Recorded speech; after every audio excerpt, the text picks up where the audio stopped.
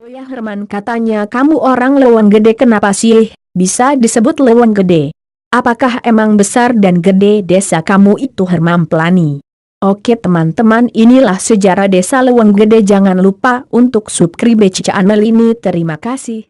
Diperkirakan abad ke-18 sekitar desa Cibentar, Sukaraja, Waragati, dan Jatiwangi rata-rata tanah menjadi sawah dan ladang. Hanya ada sebagian tanah yang masih hutan lebat atau belukar, juga luas kebun menjadi sawah dan ladang. Lama-kelamaan banyak penduduk baru yang datang dari desa Cibentar, Sukaraja, Waragati untuk bertani dan berumah tangga.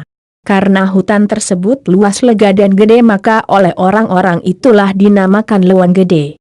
Setelah banyak penduduk yang menetap, terwujudlah suatu kampung yang besar, di antaranya Kampung Batu Lawang yang diganti menjadi Jati Lawang, Citaper, Dukuh Curug, Dukuh Asem, Bojong.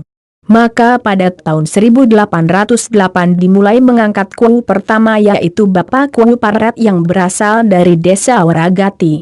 Nah itu dia teman-teman sekilas sejarah desa Lewang Gede, kenapa bisa dinamakan desa tersebut. Nantikan sejarah-sejarah berikutnya di channel ini dan jangan lupa untuk beri subscribe biar terus memberikan informasi-informasi dan hiburan. Terima kasih.